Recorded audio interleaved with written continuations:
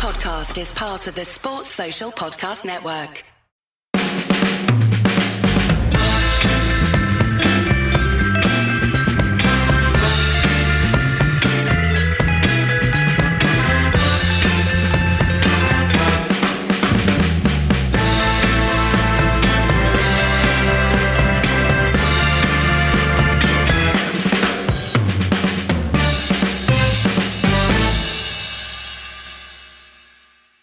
There you go, Paul. First time in for the intro. One take, beginning of the season, fresh, batteries recharged, holiday in Dubai.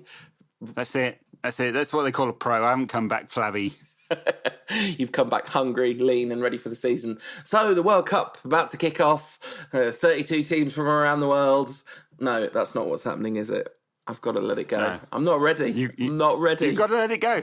You've got to let it go. The International Champions Cup marked the end of your World Cup giddiness.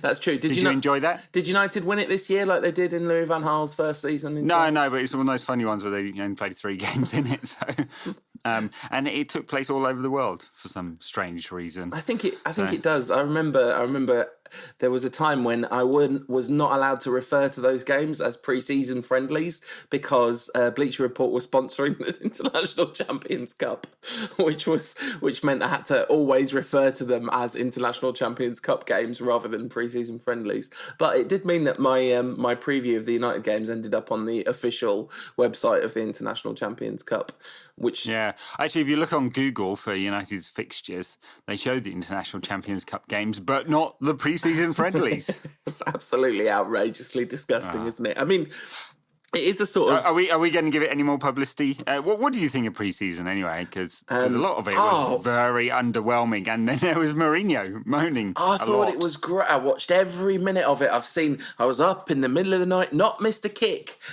Alternatively, I think apart from the 10 minutes of this Bayern Munich match that I've been watching on a stream while we've been chatting before starting recording, I saw the Andres Pereira free kick. That was good. And I saw the Juan Mata goal in the first game. And I think that's literally all I've seen of pre-season. So how are the boys looking at? Are we excited? Are we ready for the new season? Has Mourinho developed an optimistic new outlook where he's like really been impressed with all the kids on the tour? And this is what I've heard. But funnily enough, actually, he did say yesterday that it's in the tradition of the club to promote young players. Mr. Van Gaal, he called him Mr. Van Gaal, brought through Rashford, and I've brought through Scott McTominay. Brought him through. I tell you what, actually, on a more serious note on Scott McTominay, I think he could do with the season loaned. With Herrera, Fellaini, Pogba, and Andres Pereira, who's looked really good in pre-season.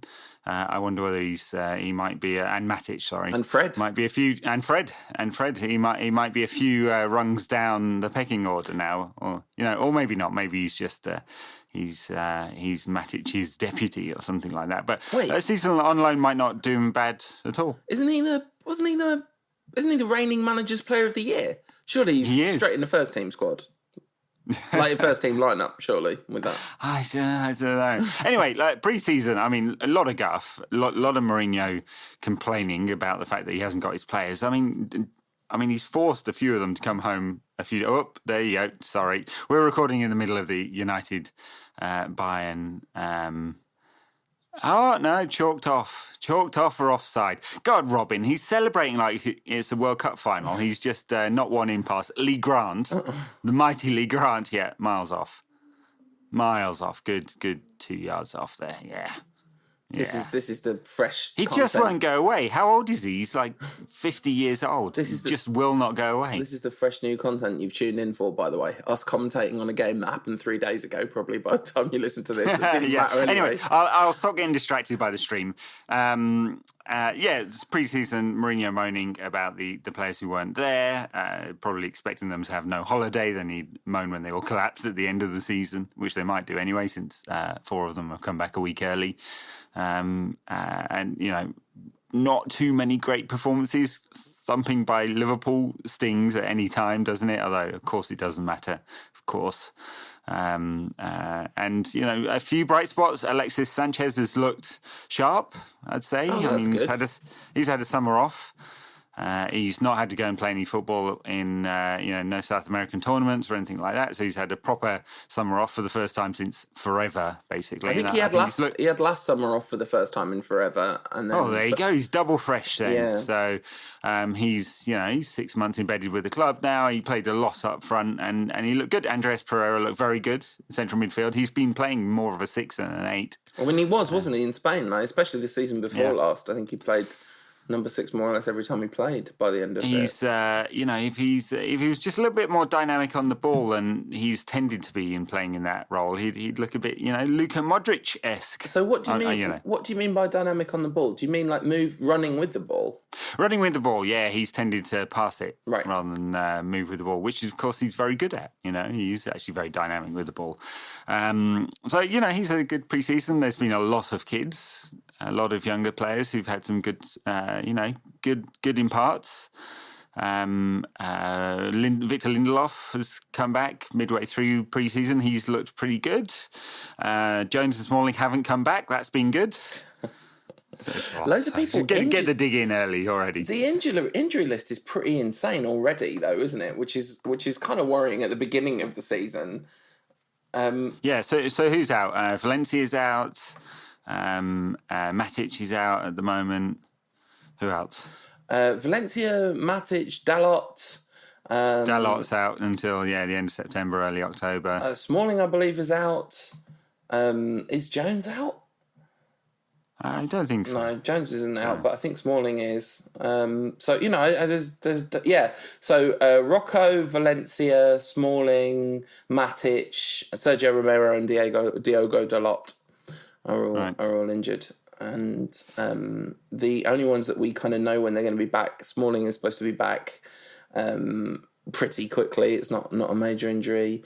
Dalot out until middle of September. Yeah. And that's been known for a while. So, I mean, the one we'll get into the preview of the season, I guess, in a bit. But the one saving grace for United is actually the first 7 games are pretty, apart from Spurs, it's a pretty mediocre start to the season, I'd say, which is good because a number of players won't be fully match fit, I'd say, given that they've missed pre-season and had a reasonably short holiday post World Cup. Anyway, that was the pre-season friendlies, really. I mean, not a whole whole load to speak up about. I mean, the biggest story out of that, I was being facetious. The one thing that I haven't seen any of the games really, but the press coverage, I've followed some of it. I've been doing some stuff for Full Time Devils over the summer and ended up reading some of the coverage and there was one day when all the back pages basically all had the same story, which was United in total meltdown, players confused by Mourinho's attitude and all this kind of stuff. And then actually there was a borderline conciliatory press conference from Mourinho after that, which was kind of interesting timing wise. But yeah, I mean, do you think there's a lot of people saying, this is just the press agenda against Mourinho? To me, that seems more like an actual story. I don't buy there's some press agenda against Mourinho. Of course, every utterance that he comes out with is a story, but that's what they feed off of, and that's what the Premier League feeds off. They need that coverage to keep the conversation going. So I don't believe in some broad-based conspiracy. Mourinho is extremely negative in his attitude all through pre-season. He was quite negative about his players, and it's pre-season, so he's called out personally quite a lot. Had to go at Eric Bailly, had to go at the players when they lost against Liverpool. Has been kind of fairly negative about the younger players, saying, we've got hardly any of our real players here, and so on. So I think he has set the tone for that kind of coverage. It didn't have to be. He could have been really upbeat. He could have been talking in really positive terms about lots of young players getting game. I have to say, that's exactly what Pep Guardiola was doing, because he's had a whole bunch of players at the World Cup too. And he's been super positive about his some of the younger players in his squad getting a game, and so I think Mourinho set the tone for that negative coverage. I don't believe that it's a conspiracy. No, I mean, I could not agree with you more. I think this is chickens coming home to roost for Mourinho. And I wouldn't be at all surprised if those stories that broke all over the back pages on that day were sourced from real stuff, because it was so... that when you get a story like that breaks in that way, it does tend to be coming from something, because, you know, football journalism does have a lot of like genuine total nonsense in it. You know, this is the proof that there is plenty of times there is smoke without fire in football journalism, but not this kind of coverage generally. That tends to be the case for transfers, and it certainly tends to be the case on like the newspaper websites, where they will just report, you know, reports in Europe, and it'll be some random blog or whatever. Sure, yeah. But that's not this. That's not like the back page of all the papers saying the same thing. I just don't think that's how the media engine works. Mourinho's misery during this tour has been the thing that more than anything else has me feeling pretty bleak about the season ahead, to be honest. I mean, you know, normally when we are assembling to record our season preview, it is genuinely a time of excitement. I mean, I don't know, if you listen back through the archives of the show, I'm pretty sure there's maybe 1 or 2 seasons where I didn't predict United would win the league, but it's not that many of them. This season, I can't see a way that this is going to end well, given everything we know about Mourinho's history. And when he starts kicking off like this, I mean, I don't know where to go first in the show. Maybe let's talk about transfers first, because this is obviously a huge bone of contention for him. I do think he is making a reasonable point that he's not being backed fully in the transfer window, but I also think he essentially makes it impossible to fully back him in the transfer window by only wanting to sign 28-year-olds. Well, yeah. Look, there's a lot of reports going around, and I guess we might as well segue into talking about transfers before we get onto the season. But a lot of reports going around that United are confident that the deal for Toby Alderweireld will go through.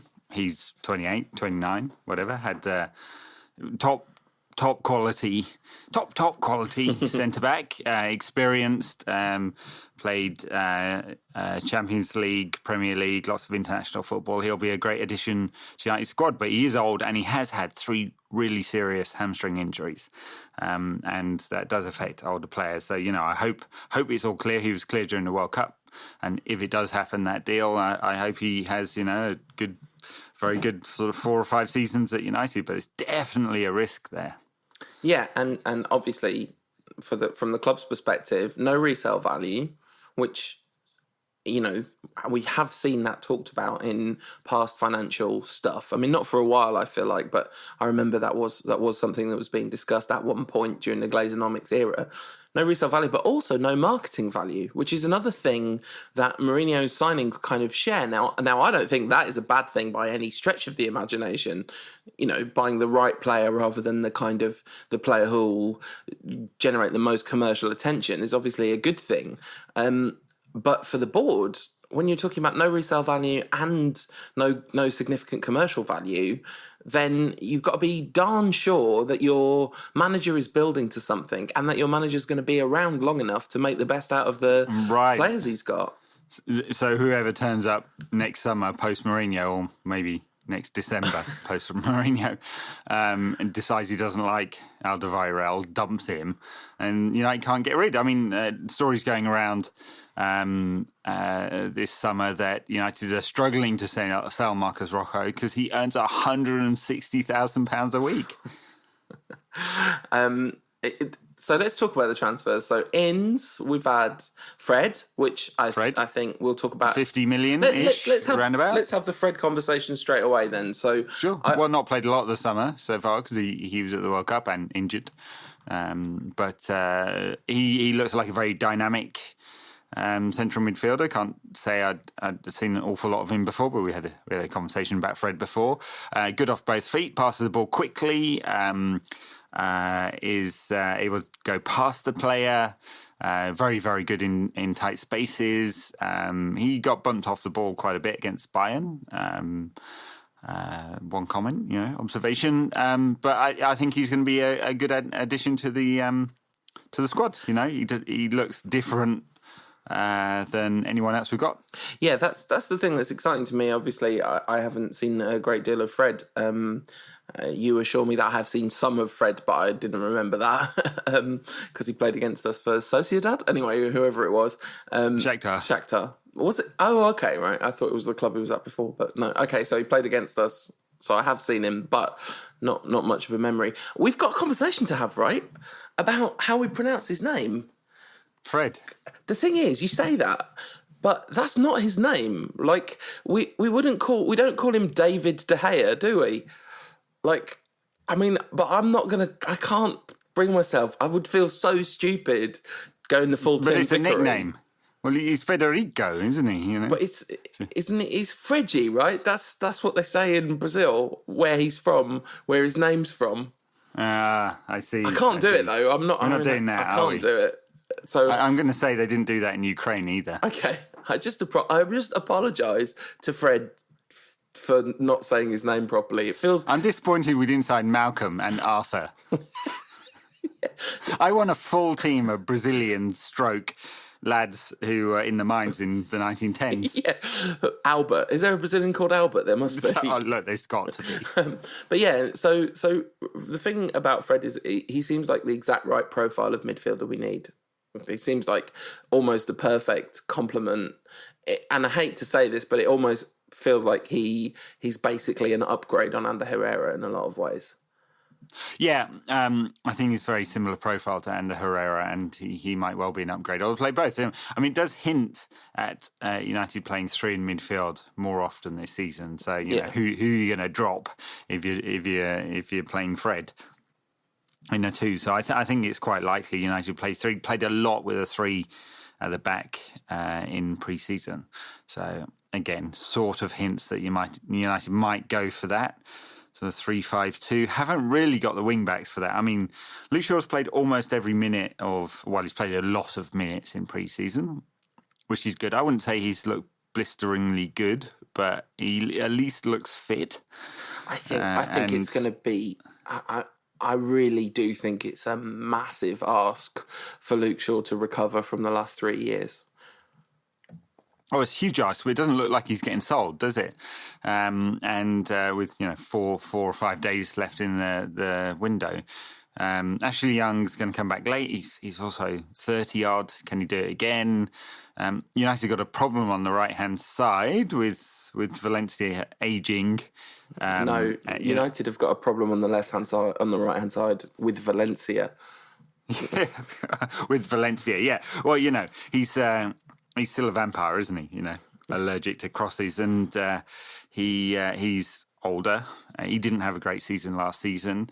Darmian, it looks like they're mulling over a whole bunch of potential moves to Italy. All of them appear to be offers of a loan. I was really surprised that he started the game against Bayern Munich he's played so much. Yeah, so odd. They're going to loan Fossey Mensah out. He's gone to the Bundesliga, hasn't he? So. Or at least I don't know. It's been sealed, but that appears to be the case. That he's going to spend another season away from United. I mean, yeah, sure, of course he is. Why wouldn't he? I mean, Delot's supposed to be good. That's what people say, but you can't imagine Mourinho sticking in a recently injured 19-year-old into the first team come October or whatever. No, it seems unlikely. I mean, if he doesn't trust Timothy Fossey Mensah going to Hertha Berlin, and who had a very good season at Crystal Palace in the end, I think played some at centre back, some at right back. I think he'd probably earned a shot at a place in the United squad, but I don't know if Mourinho. Clearly, Mourinho doesn't trust him enough yet, but. We'll see whether he trusts Dalot or not. Fullback is a problem for 3-5-2. Because the left back situation is also a massive problem, I think, because Ashley Young had a good World Cup. I mean, we put him in our team of the tournament. I got an email from somebody saying, no, the Swedish left back was brilliant. So I apologise that I couldn't remember neither who it was that sent me that message. I will shout you out. But also, I can't remember the name of the Swedish guy who was good. So, but let's just say he's our left back of the tournament for the World Cup, because it took every podcast I listened to subsequent to recording that couldn't pick a left back for the World Cup either. But anyway, Ashley Young is not that good at left back. He's not bad. He's not a terrible left back, but he's far from the kind of like absolutely elite option that you'd want in a position which is so important in terms of any attacking shape. I mean, how much of United's problem with attack is about fullbacks, you know? It's a lot. Oh, yeah. You know, I think it's a lot. And, you know, when Mourinho made that kind of acerbic comment about City spending 150 million on fullbacks, well, it turns out that's, you know, it might not be a bad plan. United could do with spending a hell of a lot of money on fullbacks right now. I mean, obviously they were interested in Alexandro from Juventus. They didn't want to pay the fee. Juve were asking 60 million odd, it would seem, and as a result, United haven't got a left back. They've got Luke Shaw, who Mourinho doesn't trust. How long before Luke Shaw makes a mistake or doesn't pass the ball in the right way, or does something, and Mourinho yanks him off at half-time? Yeah, and also, how long before Luke Shaw loses motivation or kind of does all the things that we hear from behind the scenes that are on him? You know, because this is a major part of the Shaw story is that he hasn't done his bit either. Sure, but he spent the summer in Dubai with 2 fitness trainers. Yeah, but he's done that before. He's done that before and then fallen off again, you know, so... Yeah. Well, we'll see. He's talking a good game, Luke Shaw, you know. He's done that before, too. He has done that before. Basically, I'm just very reticent to put... I mean, the managers...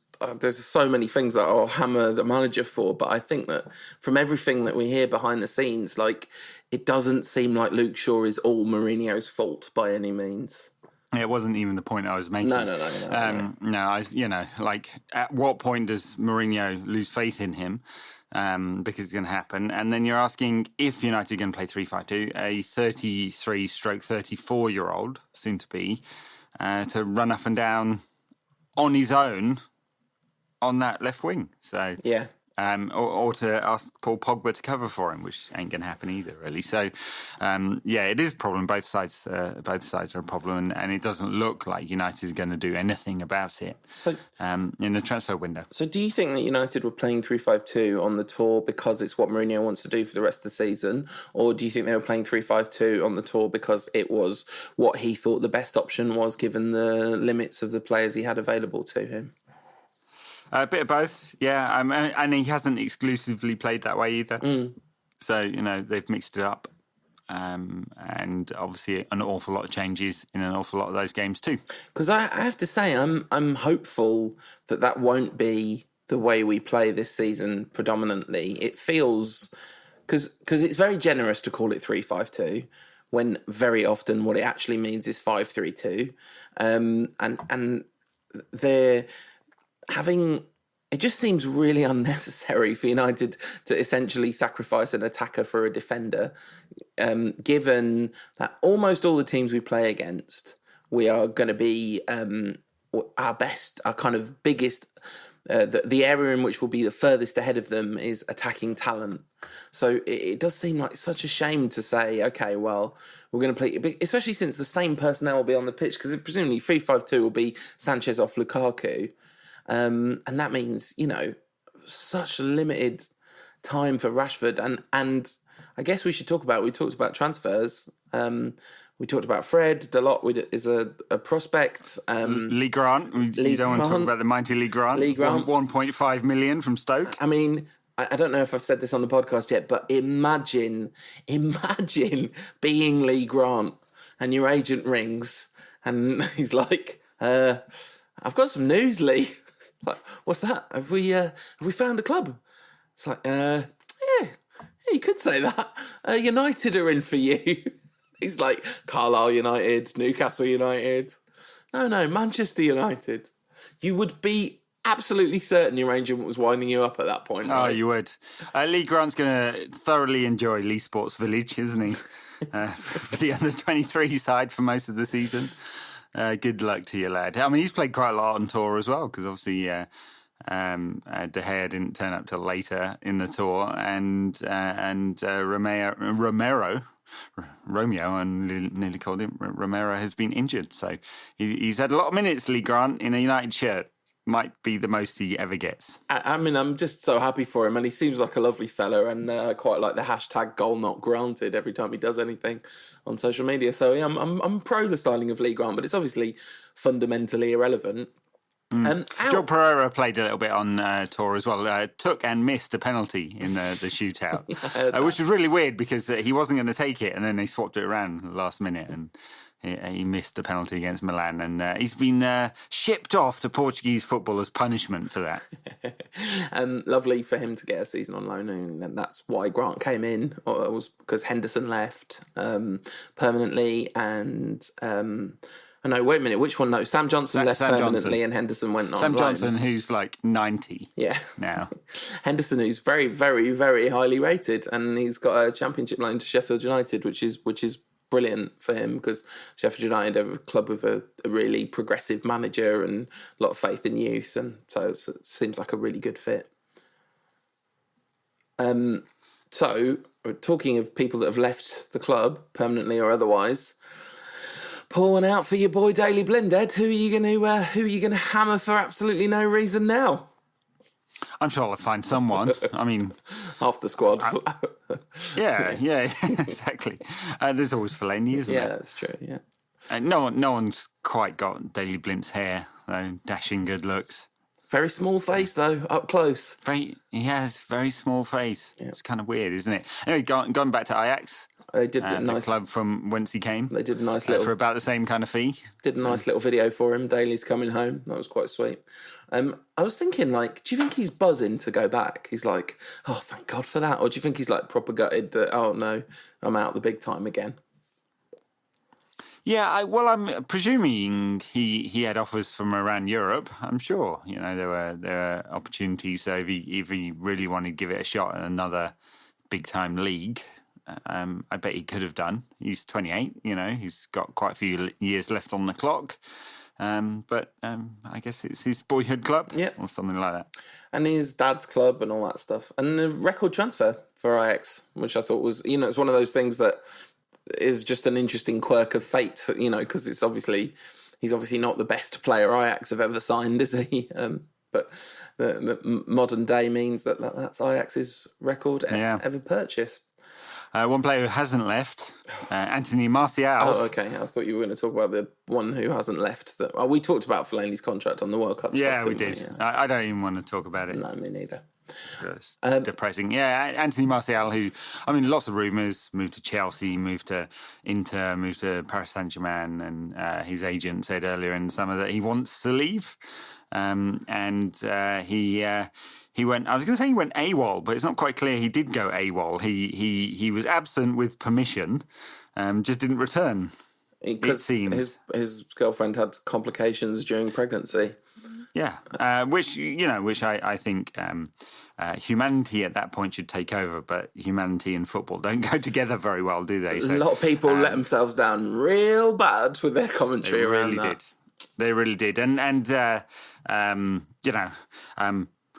Not to get all, kind of pernickety about these things, but he is actually entitled to 14 days of paternity leave under UK law as well, just, saying. Yeah.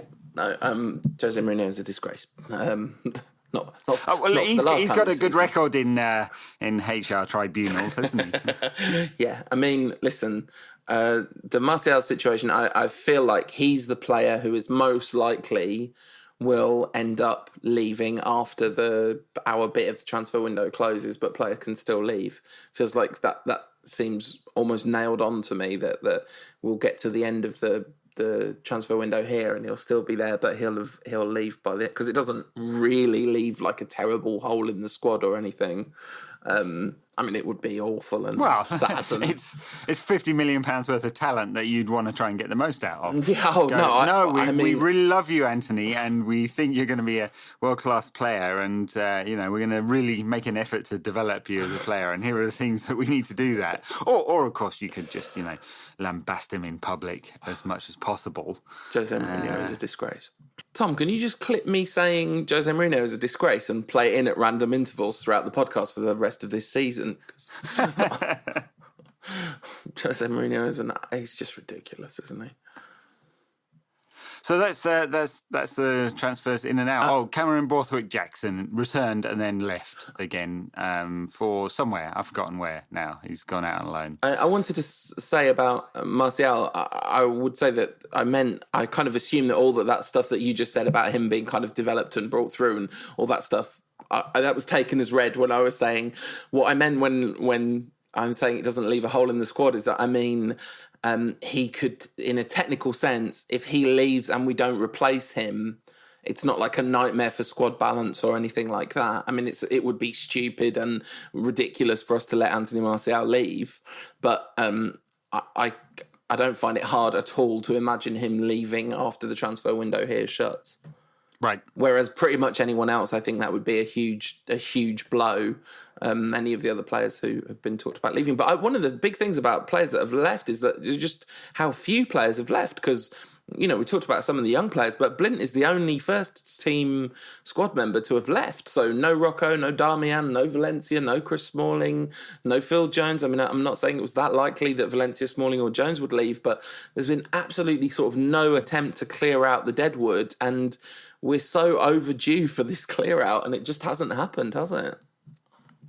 I think the Premier League's decision to move to a shorter window in a World Cup year was probably not the best one in retrospect. I actually think there's a lot of very good reasons for the whole of football harmonising around the transfer deadline that is on the first day of their domestic season to stop the kind of ridiculous shenanigans that goes on after the football has actually kicked off, which is the reason why the Premier League voted to do this. Problem is when no one else does it and there's absolutely no first mover advantage in doing this, then you leave yourself a little bit short, and everyone's probably laughing a bit because they'll manage to disrupt the Premier League teams by trying to make bids for players, and a lot of these Premier League teams won't be able to do anything about it. I mean, we voted against it, didn't we? United was I think the only Premier League club to vote against it in this happening this season. Wise. Yeah, see, we know what we're doing in the field of transfers or something. Something like that. Do you want to talk about... Don't all the European seasons start at different times? They do, yeah. So maybe they should pick a date, 1st of August. They give you plenty of time. They give you 2 months in the summer, and when it's not a World Cup year. Yeah, maybe you could make it like the 14th in a World Cup year and the 1st in every other year. That would be sensible, and football administration and that don't go together too well. Anyway, any other transfers you want to talk about at United? Well, nothing else is there. What about like all the kind of players that we've been linked to? So your Willians and your Alexandros. I mean, obviously once Ronaldo and the fact that Ronaldo's gone to Juventus and not come back. Yeah, he was never coming home. 100 million to Juve, interesting, that one. Not sure they'll get great value for money on that one, although there were the usual reports when a player, big name player, moves off there, millions and millions of shirts that were sold. Always seem to miss out on the actual nature of the contracts for those shirts, those stories. But yeah,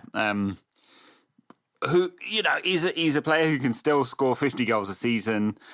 Be interesting to see what he does in Italy and how long he remains fit, and if there's any degradation in his performances. He looks like a fit boy still, but he is nearly 34. He's also the biggest commercial powerhouse in football, isn't he? And he's like he brings Juventus. There are now loads of people who support Juventus that didn't 6 weeks ago or whatever. Oh, they were always Italy's club anyway, Juve. So they had broad-based support. But now, internationalising. Exactly. It's not about Italy, is it? It's about the world. I don't imagine there are any new Italian Juventus fans, but I'm sure there are an awful lot of fans in Southeast Asia and Indian subcontinent and all over Europe who will now be following Juventus's fortunes intimately, and that's a big. I mean, Ronaldo is one of the few players I think you could say genuinely moves the needle on a club's support, basically. I mean, obviously they're not going to become lifelong Juventus fans, most of them, but for the next few years, everything changes for them. Yeah, we'll see. Big transfer, though. There haven't been any bigger ones, have they, this summer? No, I mean, there is. What's bigger than Ronaldo leaving Real Madrid? No. And, he said he was going to leave and he left. Amazing. And the difference was he didn't say he was coming back to United, which is... So he was, in fact, purely toying with United's feelings and using them as an excuse to get a new contract. And it was all lies and he never cared about United. And please, can we remember this? Yeah, and never like that. And Wayne Rooney went to the MLS. We talked about that before, didn't we? DC, in the summer. Scored and broke his nose the other day. Just a review of some of our rivals' transfers. Yep. Riyad Mahrez, 60 million to City. Finally it happened. This is one of the things that made me think it was very unlikely that we were going to sign Harry Maguire, because Leicester are just one of the most kind of obstinate clubs when it comes to selling, and it took a long time for Mahrez to get out. It did. Doesn't really feel like City needed him, but they've, just in case their 100-odd goals last season weren't enough, they've got some more talent there. Chelsea. It is a bit. I mean, I can understand why you'd want to sign Riyad Mahrez, and he will be loads of fun for their fans to watch and all that sort of stuff. But you've got one of the best academies in the world. Couldn't you just make do with your 10 elite level forwards of various descriptions and have one academy player in the mix? I don't know. Yeah, it's an interesting dynamic, that one, isn't it? Because, they have got one of the best academies in the world, and they have signed lots of players at youth level, and they've got this fantastic complex right in the middle of Manchester. I wonder whether it's not going to be run... much differently than Chelsea's, which is basically a profit centre. Well, what's really strange about it, though, is the difference between Chelsea and City is when Abramovich took over Chelsea, he always at least claimed the view was to make the club sustainable on its own terms. And for Abramovich, there wasn't a specific political agenda to buying Chelsea, as far as we know. But for City, there is zero imperative ever to make any money. It's purely about PR. So it's a very strange thing to run your academy as a profit centre. Not a political agenda, but there was it's a safe bank for Abramovich. I mean, I know he spent an awful lot, but Chelsea's sort of market value as a club has certainly increased during his tenure, and he'd be able to sell the club for a lot of money if he needed to. Exactly. And all oligarchs need some safe place to put their money, and if it's not in a Trump hotel, it's got to be in a football club. But exactly, that's the point. That's precisely the point I was making. So it's a completely different. So Chelsea running their youth team as a profit centre kind of makes sense for Abramovich, given the kind of backup plan and the fact that he doesn't seem to be pumping the billions in, and he had he's not necessarily in quite the unlimited wealth position, and obviously he's got more money than anyone would ever need, but that's not the same as sovereign wealth, is it, where there's just literally zero imperative to do anything sensible? Right. No, I think that's fair enough. So, talking to Chelsea, they bought Jorginho from Napoli and brought in Maurizio Sarri, the very hipster manager of Napoli, who's never actually won anything ever. But, just thought I'd point that out. Plays real nice football, has said some absolutely terrible things. Could be interesting, couldn't it? Could fit in well at Chelsea. They haven't improved much. Jorginho's more on the defensive side. Good player, but I don't think he's going to completely transform that Chelsea side that didn't do awesome last season, but and Eden Hazard clearly wants out. He's finally had enough and he wants to go. Well, was it the playing staff that was the reason that Chelsea didn't do well last season? Because exactly the same players won the league the season before, basically. It's no Diego Costa, but that Sarri is the biggest signing for Chelsea, isn't he? That's a big. I mean, I don't know any Chelsea fans who aren't absolutely over the moon that Conte's gone and someone else has come in, because someone who's actually going to play progressive football must be a relief after Mourinho and Conte back to back. As we'll find out when Conte replaces Mourinho in December. Oh God, just don't. Oh God. Liverpool. Yeah. This is not nice. It's upsetting, isn't it? It is upsetting. So they've bought Alisson. So arguably, who would be great in a team of Fred and Arthur and Malcolm? Arguably, the best possible option they could get in the position they most need to address. Right? Is that what we're saying? No. I think that's right. I mean, he is a top-class keeper. I think we've seen enough of him in Serie A and the Champions League to know that he's very good. Kept Ederson out of the Brazil side as well, which is no mean feat given the season Ederson had. Naby Keita, very dynamic central midfielder. Obviously, everyone knew this was happening for a year. Fabinho, who's, a very, very good defensive midfielder. It's rather unfortunate. This is, And then Xherdan Shaqiri, who's never, ever been consistent. And, he'll do some outrageously good things and then disappear for a while. So I don't actually expect him to turn into some world beater. It's quite nice. It's quite nice. But he's a squad. Yeah, he's a squaddie. It's quite nice that they've signed Shaqiri, so it doesn't just seem like they've had an absolutely insanely, amazingly brilliant window, isn't it? It's like we've signed all these real good players in exactly the positions we need them, and also we thought it'd be fun to have Xherdan Shaqiri around. Yeah. Awesome. I mean, the funny thing is there is a pattern here of some of the top six sides not really signing that many. United signed 2. One's a younger player, and City signed 1, and sadly Liverpool signed a lot. Arsenal have signed a few players. It's kind of interesting. Obviously weird, they've got a new manager, Unai Emery who was very highly regarded before he went to PSG. He had a hard season at PSG, I'd say, hard 2 seasons. But they've signed Lucas Torreira, who had a great club with a great season with Sampdoria last season. Very good for Uruguay in the World Cup. Is a very good midfielder. Socrates, I'm not going to try and pronounce the rest of it. Papastathopoulos. I'm not even reading it. He played for Greece in 2014, so I know how to spell his name because of Bleacher Report job. He's like when I saw that he was 30, I was like, Jesus, I seem to remember him being a young chap. But no, it was Kostas Manolis who was the young chap. Papastathopoulos was already quite experienced by then. That's Socrates Papastathopoulos. Very good, and Bernd Leno from Bayer Leverkusen, and Lichtsteiner, right, as well. And Lichtsteiner, freebie. So some decent signings there. Socrates and Lichtsteiner, lots of experience in the back four. They got rid of Lucas Perez, who never, ever played anyway. And Torreira will be a good addition to their midfield. So they're kind of sensible, but not game-changing signings for Arsenal, I'd say. I read a really interesting profile of Unai Emery in 4-4-2 over the summer. And one of the things that they were saying is that he's one of these insane attention to detail managers, loads and loads of loading players up with tons and tons and tons of video and loads of homework, and kind of a Van Gaal type character, which is really interesting and gives a really interesting context for his relative failure at Paris Saint-Germain.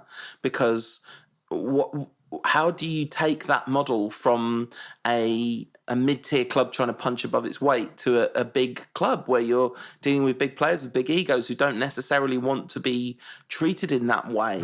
No, I agree with you, except for the bit that says Paris Saint-Germain is a big club. About 3 people turn up and watch them. Sorry. They're still a parochial club. They're huge players, though, aren't they? So, that's the difference. And the only field in which they're not a big club is the big pond of Europe, because they're obviously the le grand fromage, aren't they, in French football?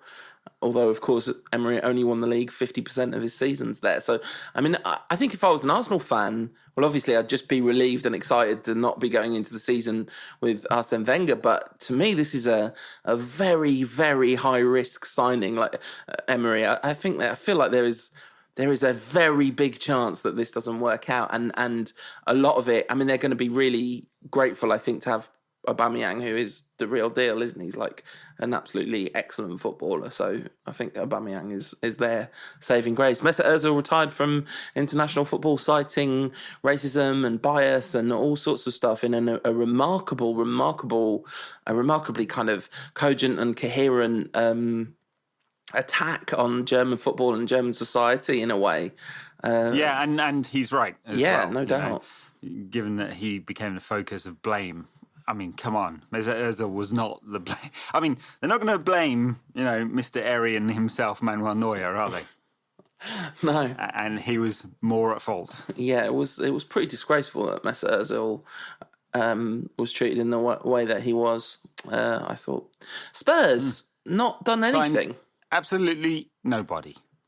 This is new stadium syndrome, right? This is, I think it is. I mean, they've got £600 million worth of debt there that they have to, even if the income coming in is so much more than when Arsenal moved to a new stadium. So it's a very different profile for Spurs. And they're a prudently run club generally. It's surely having an impact. So the new stadium looks very fine and kind of petty, but it's 1,000 seats bigger than the Emirates. It's not kind of petty, is it? It's gloriously petty. See, what they need to do at the Emirates is just work out what they can do to add a couple of thousand seats in, or 1,001 seats.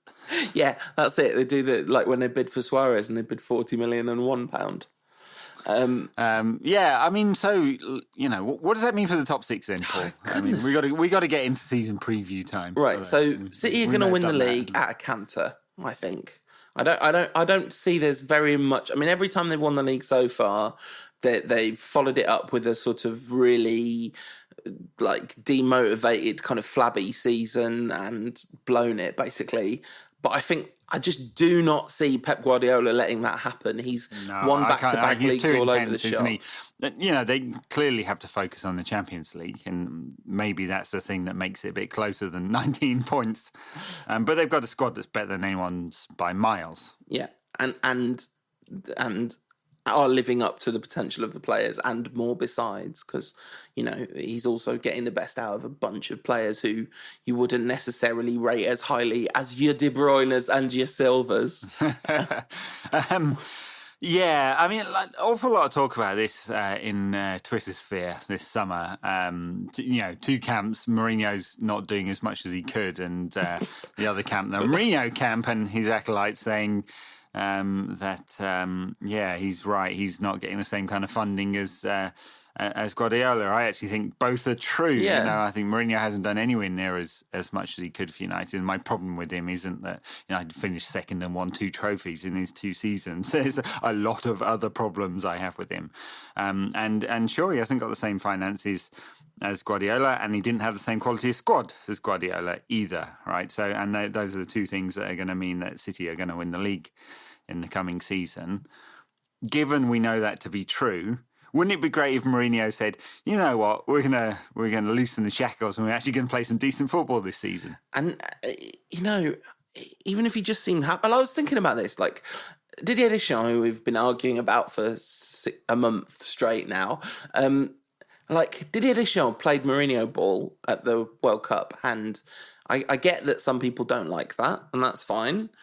But the thing is, he played mega effective Mourinho ball by building a phenomenal team spirit and by actually using the solid platform to allow some attacking players complete free rein. Like, that is almost the model for what Mourinho kind of should be doing at United, given the attacking talents available to him, assuming that he's not going to have some fundamental philosophical personal shift and actually play genuinely attacking football.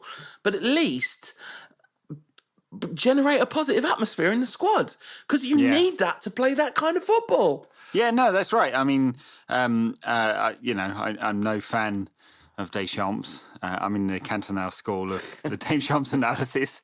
But I don't remember him saying a negative thing about any of his players. Of course not, And look at that squad during the World Cup. They were very, very together, and France squads haven't always been that way, have they? No, over they the have years? not. So it's a big deal to and okay, so I would say that it's probably easier to do that with a national team for a 6 weeks window, but nonetheless, that's not really what it's about. Like that is an atmosphere that's built over a long period of time, especially like from the Euros on. So anyway, yeah, Mourinho has not done that. You said like City are going to win the league by a long way, and it will be the fact that Mourinho hasn't really got the best out of United's talent that means that there's a huge gap. But I wonder whether it actually, I feel like second is really optimistic for United this season, because I think there's every chance that United. I mean, the top six is going to be ultra competitive. Liverpool have strengthened. I mean, we think on paper Liverpool have strengthened brilliantly, and they were already really putting pressure on. If they hadn't had a kind of shaky start to the season, it could have been a very different story last season. They got to the Champions League final, for goodness sake.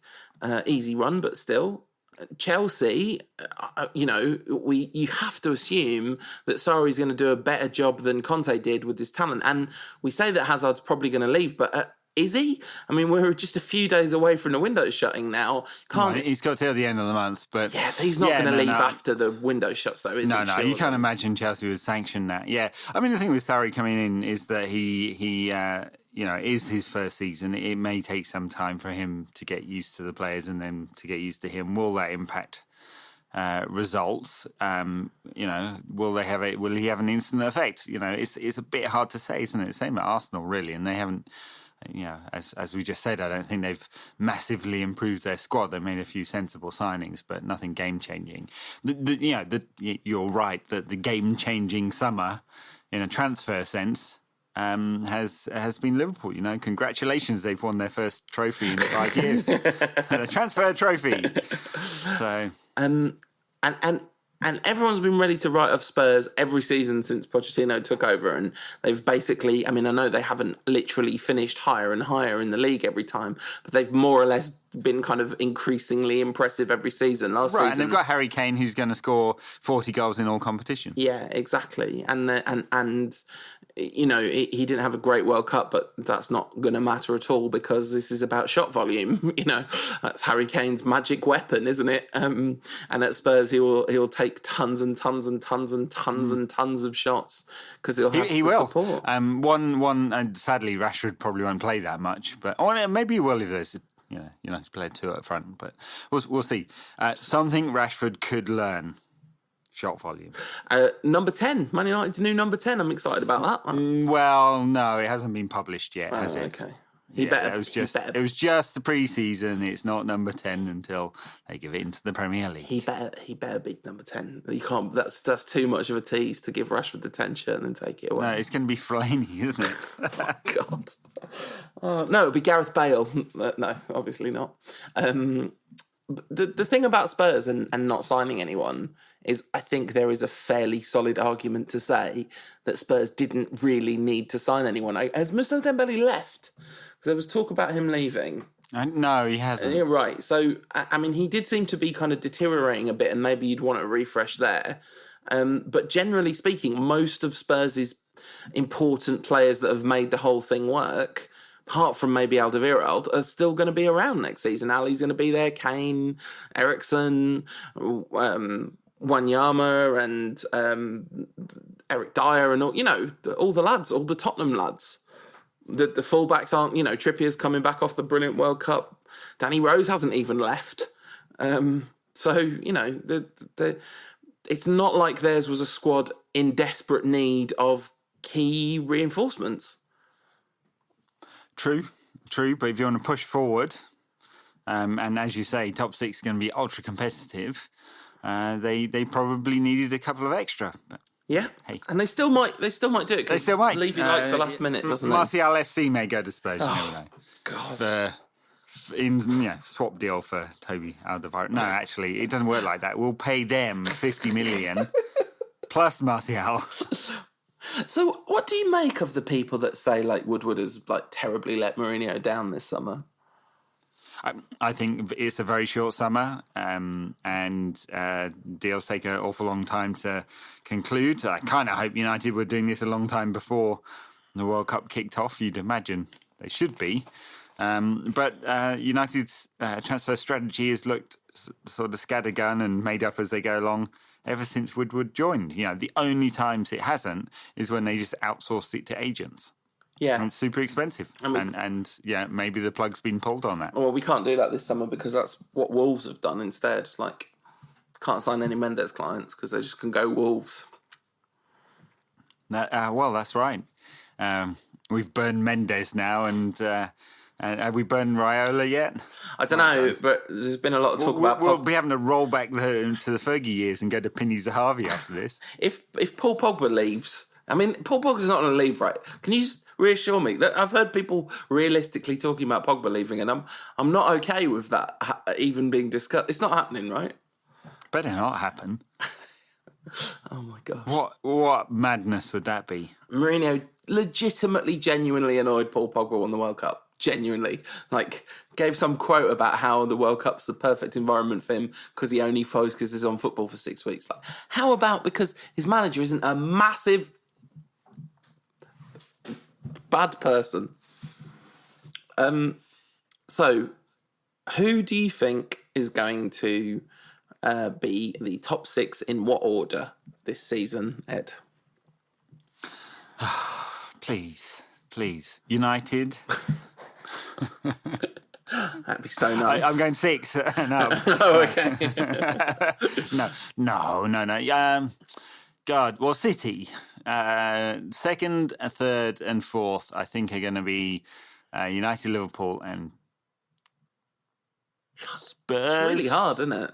Or Chelsea, or Arsenal. So second, third, and fourth is going to feature 3 out of Liverpool, Chelsea, Man United, Arsenal, and Tottenham, but not necessarily in any order. Of course, after Wolves sign Messi and Neymar and Mbappe on transfer deadline day, it might be them. All right. All right. Which order? I can't stay on the fence here. Okay. City, Liverpool, United, Spurs, Chelsea, Arsenal.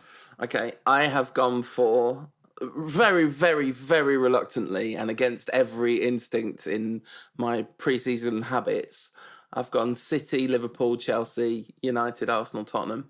But I don't really believe that. I'm looking at that and I'm thinking it's ridiculous to think that Arsenal are going to finish above Tottenham this season. So let's swap those around at least. But I think Liverpool, City, and Chelsea are all going to finish above us, and Tottenham might. And I wouldn't even be that surprised if Arsenal do. Oh God, you've gone negative over the summer. You want to watch less of that France team? They're all a bit Mourinho ball. The thing is, like the potentially good version of events for United, like for it to really work, and really I'm talking about it really working, is more or less us kind of coming within genuine touching distance of City. I think they're just, between the manager and the squad, they're in a slightly league of their own, City, and it'll be about if they implode, that's the only thing that gets us really close. But the kind of best case scenario for United, De Gea's still there and he has a brilliant season. We sign another defender and somehow one of he and Bayern Lindelof form a natural manageable partnership. Dalot takes over at right back from Valencia and comes good straight away. Somehow Luke Shaw comes like this. None of that's going to happen. So the fullbacks are going to be an actual big problem. But midfield could be really functional, and we have got bags and bags and bags of attacking talent because everyone's saying Alexis has had a brilliant pre-season, which would be wonderful because we definitely didn't see the best of him apart from that second half against City. You got Fred, so Pogba could be loads more effective. Lukaku had a superb World Cup right up until the semi-final. So, he's Romelu Lukaku, he's brilliant. So, and then you got your supporting cast of forward players, Andreas Pereira maybe. Sure, but it's all the same things that had to go right as last season for it to go right for United. Apart from Sanchez being, there is genuinely a new signing quality to Alexis Sanchez, given he only arrived in January. Yeah, sure, but it wasn't a net positive, was it? Because it ruined Martial and Rashford's season, basically. Anyway, in the last 2 minutes now, United have confirmed that Marcus Rashford is the number 10. Yes! I said, we can't win the league. You're such a sucker. I love it. Put out some feel-good news just to mask everyone from the disaster of pre-season. I mean, listen, it is genuinely lovely that Marcus Rashford is United's new number 10, and that is a really nice thing. So good on him. I hope he keeps that number for the next 15 years, basically, because he becomes absolutely brilliant. And you said Sanchez wasn't a net positive on United last season, and that's exactly what I'm saying. He wasn't a net positive on United last season, but he might end up being a net positive on United this season, and that's why I'm sort of saying there is a kind of like a new signing factor. I mean, the famous kind of Evra and Vidic example of how they kind of looked a bit shaky and took a while to adapt, and then they were brilliant the season after. Could easily be the case for Sanchez. Yeah, true. He could have a very big season for United, and he has looked sharp. So that's good, but it is at the expense of United's new number 10. That's true. No doubt. And especially their old number 11. Yeah. I'm not happy. All right, so, I mean, I don't know. Does that count as the season preview? No, let's do some other predictions. Who is going to be the first manager sacked this season? Oh, who's the manager of Cardiff? Neil Warnock. Yeah, he's gone, definitely. Yep. I think Maureen might go as well at Southampton. Yeah. He nearly got them relegated, so if ever there was a man to take on David Moyes' mantle as, sucking the lifeblood out of a team, it's Maureen. It's just a shame to see Mark Hughes' face and not think of a hero. That's what happens when I see him now. I've got Mark Hughes, but you going for Neil Warnock? I picked Hughes. Yeah, I think it'd be Warnock. He's also a quitter, isn't he, Warnock? So they have a bad start to the season, and he's gone. Vincent Tan too. Like Warnock has tried over and over and over and over again in the Premier League, and he's just still a very good Championship, very good at getting teams out of the Championship, and that is a skill set. It's no mean feat the amount of teams he's got promoted, but he's not at the level of a Premier League. I've gone for Huddersfield, Cardiff, and Southampton to get relegated. I think Cardiff will be the only. I think Fulham and definitely Wolves will have enough. I think Fulham's style will suit the Premier League better than the Championship, and I think that Wolves are a Premier League club now. It's ridiculous, but that's the truth. They have spent like they are.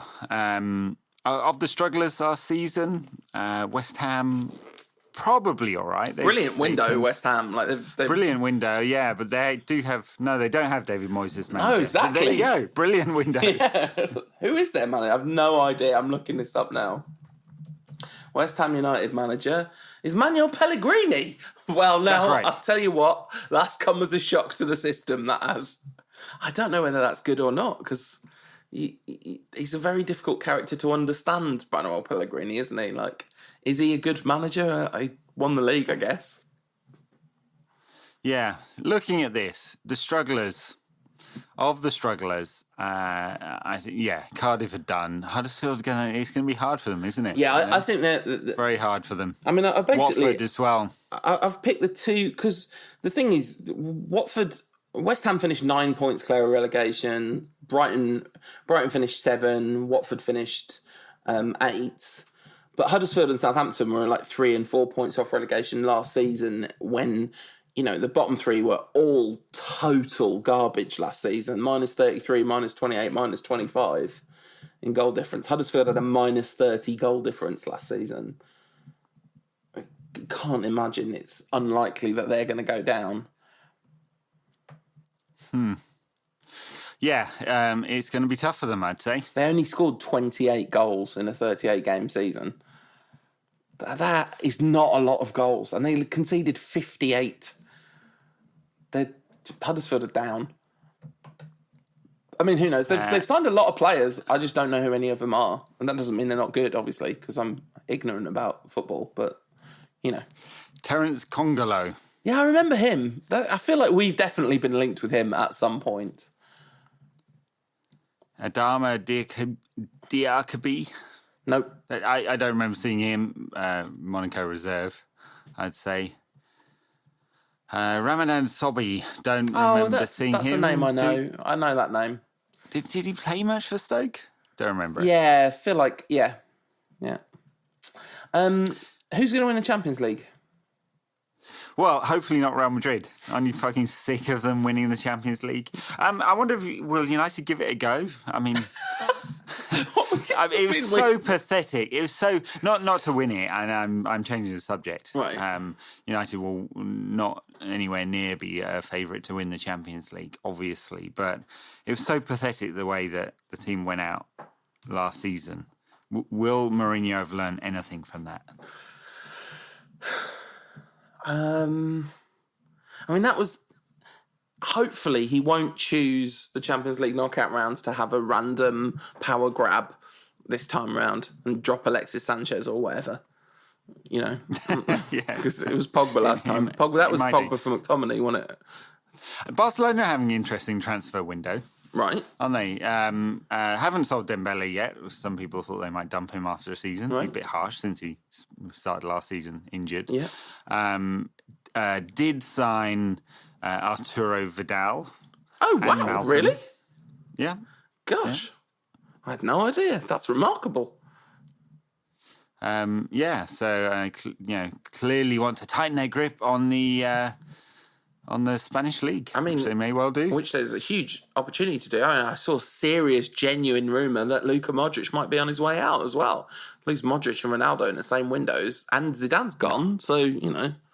Yeah, I can't. Yeah, I can't believe that they'll allow Modric to go. I mean, the president was saying he's worth 700 million, which is interesting. Ronaldo's only worth 100, apparently. I mean, so they signed a new centre back, Clement Lenglet from Sevilla. I remember seeing him. He's a good player. They signed Arthur, and Malcolm. And it's brilliant. It's just brilliant. I reckon you could put a full 11 together of vintage English names for a Brazilian team. I think that would be beautiful, and I'd like to see it. Yeah, it's the kind of thing I'd do on Championship Manager with cheat mode on. Yeah.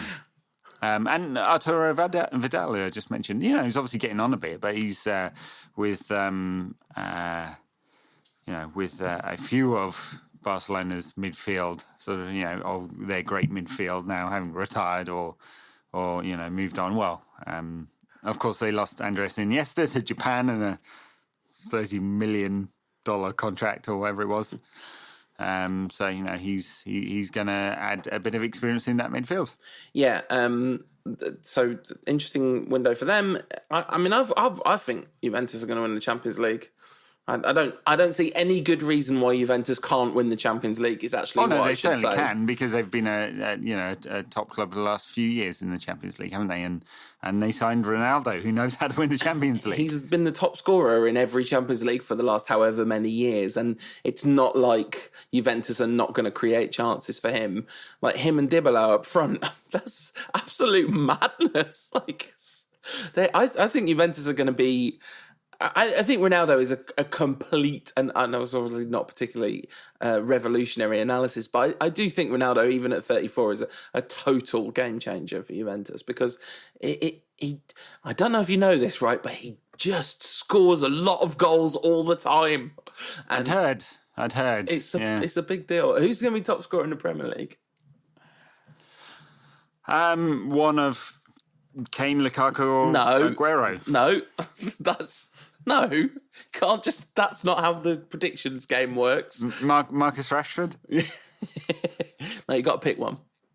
I'm not picking that fella from Liverpool. Okay. He's had his one season. He's going to spend the season moaning about his injured shoulder anyway. You can't just because he plays for Liverpool. You can't attack Mo Salah's character. I can. Okay. I can. Yeah. Anyway, I think there's a few question marks about his character since he spent the summer hanging out with, murderous dictators. He was absolutely fuming about that, by the way. And he was may well retire from international football because of how the Egyptian FA manipulated and used him for political ends. He still stood there with a shit-eating grin, taking a photo, didn't he? Anyway, if he's not going to win top scorer, who is? Harry Kane. Look, Salah, he obviously had very good XG before coming into Liverpool anyway, but he definitely overperformed a little bit at Liverpool. So we'll see whether he does that again. Not sure about it. And plus, they've got so many good attacking players that they may share the goals around a little bit. I really, really wanted to be Romelu Lukaku so much, but I think Harry Kane's going to do it again because I just think he's gonna score the biggest percentage of his team's goals out of any of those top teams. But you know what? Lukaku's going to score 30 goals or there or thereabouts. I mean, he'd score more if United actually attacked a bit. He only got 16 in the league last season. I'm talking about in the league. So if he has 30 goal season, he's doubling his output from last season. Basically. He won't do that. The Aubameyang, I think, is genuinely a contender to be top scorer in it because I do think Arsenal will create chances and I think they'll still be. Who knows what character their team's going to have now that Wenger's gone? It's going to be fascinating to see. So United's first run of fixtures, as you mentioned earlier. I mean, is really fortunate. Really, Leicester at home. I mean, it's not like an easy game or anything, but you can't complain about that as a start. You can complain about the start time and day, but I can't go to that. I could have gone to that game. I was offered a ticket for that game. Maybe I wouldn't have been offered for the ticket for it if it was on Saturday, to be fair. But anyway, Brighton away, decent. Spurs at home, tricky. Burnley away. On Monday night. Burnley away, tricky. Watford away, not tricky. I mean, we might lose, but it's not a tricky game. Wolves at home, I'm glad that's at home. And West Ham away, we'll see where they're at by that time. I know it should be like, oh, yeah, great. Woo. Brighton, Burnley, Watford, Wolves. And then Newcastle at home. Yeah, that one. Before Chelsea. That one's good. Look, United's first 7 games is what you'd hope for. The models I read would predict United are going to win many of those. So you don't need to look at a model to predict that. But, no, there was. I'm saying that because there was someone on Twitter who'd done a prediction, a sort of trend line for every single club in the Premier League, right? Based on at this point. And, it can't be a super accurate model with no data, predicted results in each game. Right. So, anyway, a good opening 7 games for United. A very good finishing few games for United as well, as it stands. Sure, but we'll fall off that cliff when we come to it, right? Newcastle, Bournemouth, Huddersfield, Cardiff. Okay. The last 3 games. Okay. Cardiff playing with freedom and having already gone down, and they'll beat us. As United chase down that 4th place. Oh, God. Yeah, I mean, honestly, I was reflecting on this, and this is the first season I've ever not been excited about United, ever. My excitement level is slightly higher than it was an hour and 15 minutes ago when we started recording this, but it's still not high by any means. I mean, after Fergie left and Moyes was coming in, it wasn't like I thought Moyes was a good appointment, but it was kind of exciting to see what happened. And we had just won the league, and Van Persie was absolutely killing it. So it didn't seem like it was all about to completely crumble in the way that it did. And plus, it was just so fascinating to see what would happen. Then Van Gaal comes in a wave of excitement and enthusiasm and, brilliant football in the 2014 World Cup. Then at the end of that season, it looked like his team had finally clicked and the next season was going to be great. Then there was the relief of him going and the kind of excitement of Pogba and Zlatan and all that sort of thing. And then, we came into last season on the back of Stockholm and it felt like good. It felt like something might be happening, and started the first 10 games 4-0 FC and all that malarkey and let the horses run free. And then it just got worse and worse and worse. And he got more and more and more miserable. And he's been so miserable this summer. He sapped all my joy and enthusiasm ahead of this season. Yeah, but after United win 5-0 on Friday night. Then we advocate for the league to just stop there. Twitter's going to be fun after United lose 1-0 to a Jamie Vardy goal on Friday night. Listen, we're either going to be top, bottom, or second in the league. Ouch. After Friday, I mean. Okay, any more predictions? Funniest transfer of the summer? I mean, Lee Grant, probably. Well, there's another goalkeeper. You know who went to Chelsea? No. Rob Green.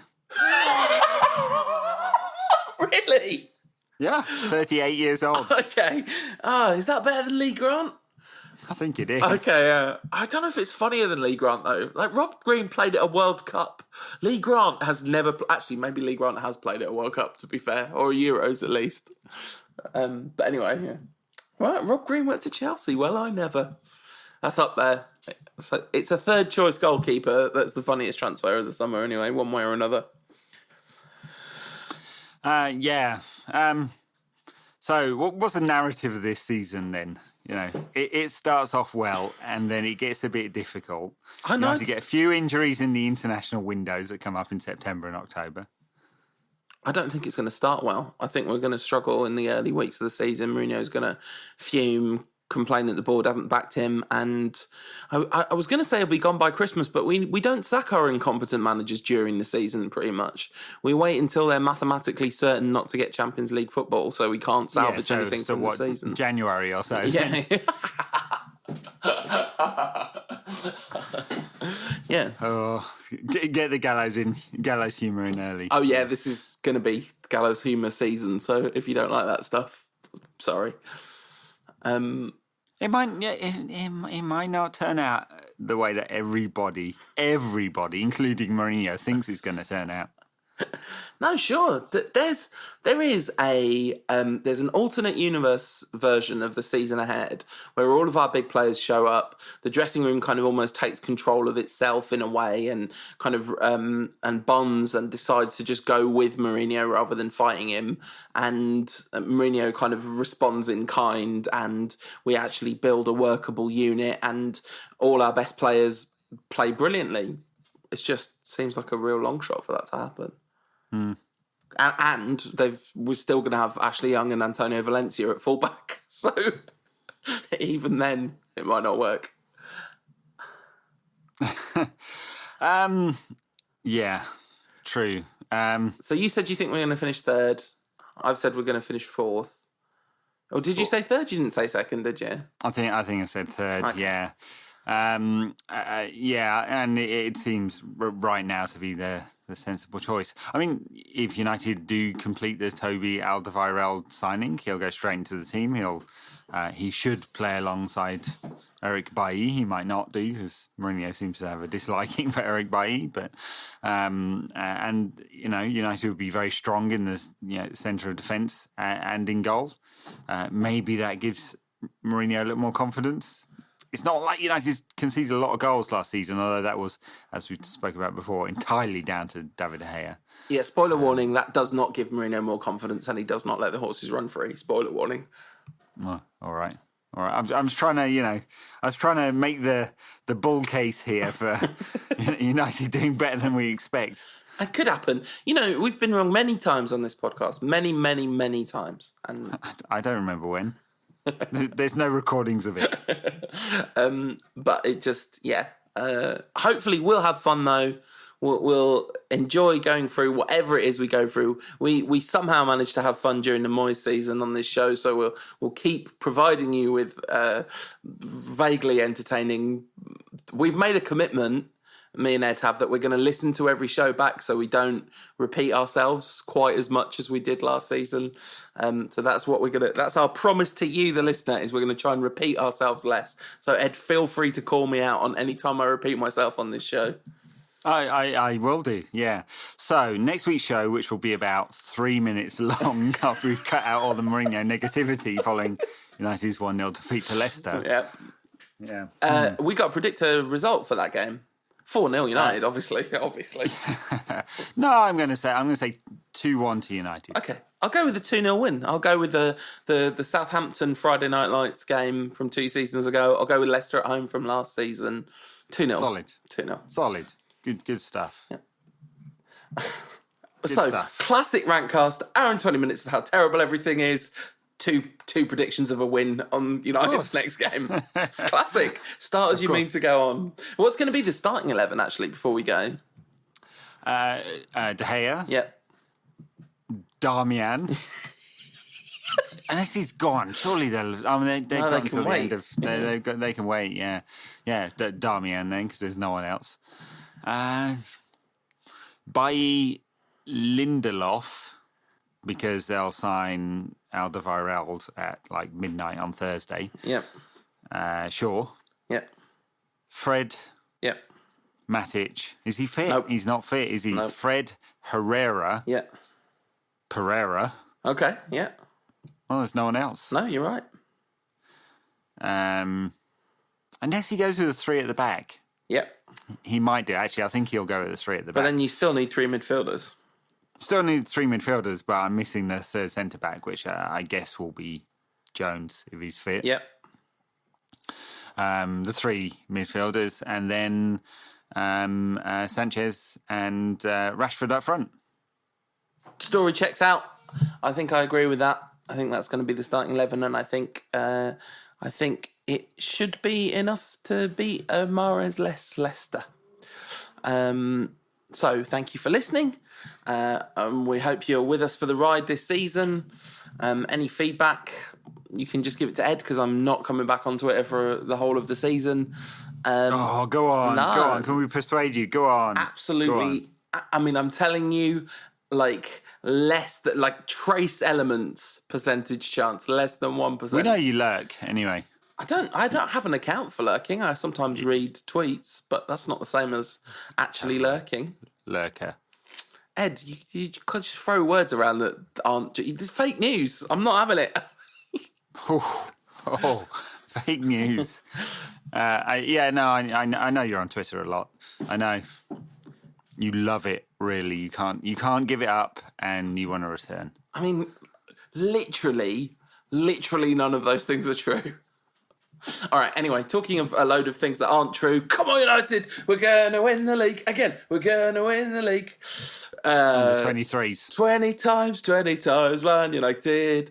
20 times, I say. I'll tell you what I'm going to do for the season. Oh, you started talking before I got to the punchline. No. 20 times, Man United. And we'll make it 21 in May. That's it. 2023. Yeah. I tell you what you can do this season is watch a bit of the women's sides. So they've got a very young team, very, very young team, and a very interesting coach, capped more than 100 times by England. It's their debut season in the Women's Championship. When you say you can watch them, you mean if you live in Manchester or are prepared if you live to in travel? Manchester or near Leeds Sports Village, yeah, because I don't think there's going to be an awful lot of TV coverage of them. But we'll follow along this season. The under-23 side should be very good this season. They've revamped a little bit following their relegation. The under-18 side should be very good.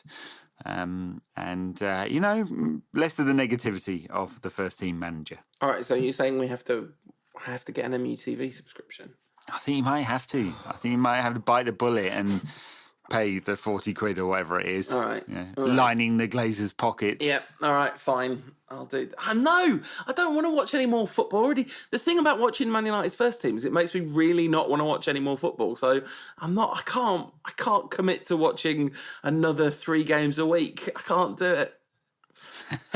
All right, I'll watch a little bit. All right, good. And give you reports on it. And we'll see you lot sometime after the 18th of August. I know it's a bit of a gap. Yeah, I can't believe we've had to have a gap straight away. But because producer Tom is going on his holidays and the well-deserved break, so he's back on the 18th. It's absolutely outrageous. It's outrageous. We play on the 19th, so I guess we'll record after the Brighton game and get the show up that following week. All right. All right. Take it easy, everyone. We'll see you then. See you then. Hello, everyone. Season preview show was brought to you by the people who back us at patreon.com/rankcast. We don't want to take sponsors from all the people that sponsor all the podcasts. So, you all know where you can get raises from and also where you can do daily fantasy sports or whatever it is that sponsors podcasts. But we don't want to take sponsors and advertise stuff to you. So instead, we'll just advertise ourselves. This is a crowdfunded show and it will stay that way. Patreon.com/rankcast to get involved. If everyone who supported us, who listened to our show, just gave us $1 a month, we'd be set. So all pledges, big and small, are gratefully appreciated. If you choose to back us at $5 a month plus VAT every month, then you'll get a little bit of bonus content at the end of every show. I say a little bit. This week, for some reason, the show wasn't long enough, so we talked for another half an hour about Premier League kits. Old kit. Nigeria, innit? Nigeria influence. That's why it's another green kit. I would say, in fact, that away kit is maybe the closest in colour to that Nigerian kit that sold so well. Looks like a goalkeeper's kit, yeah. West Ham. They've dropped their sleeves. Just a little detailing around the bottom of the sleeves, but they haven't got the sky blue sleeves. Very, very little blue in the claret. Good pictures of old men that used to play for West Ham a long time ago in the home kits, though, in the marketing. Trevor Brooking used in the marketing. Not something I expected to say in 2018. No. And Carlton Cole in the away kit. Talk without breathing for 5 minutes and yet never actually make a point. So what I'd like to know is, because you could be talking about me at that point, what I'd like to know is they've got Trevor Brooking modelling the home kit and Carlton Cole modelling the away kit. Now, is that Carlton Cole current squad member or Carlton Cole West Ham legend? It's a bit of a grey area, isn't it? It really is. I'm not sure. Is Carlton Cole still alive? Mark Noble is all in the home kit. Same thing in the away kit. This podcast is part of the Sports Social Podcast Network.